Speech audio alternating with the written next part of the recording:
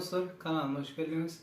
Bugün size Palwan Halmyradow'un Ýatlarsyň meni adlı aýdymyň akordlaryny görkezdim. Akordlarym la bimo la diyezden gidi. Original nemesi, zapisi. 3 akord bilen oýnady. La diyez, re diyez, fa majör, ritmim halkaýdym ritm.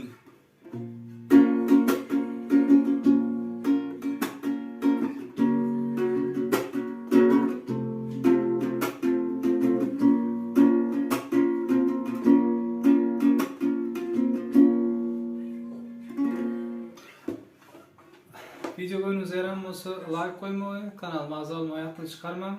Bundan sonraki videolarda kaysaydım akordları gelmeni isteseniz aşağıda yazıp belirtip geçin. Hoş sağ olun, sağlıklı görüşelim.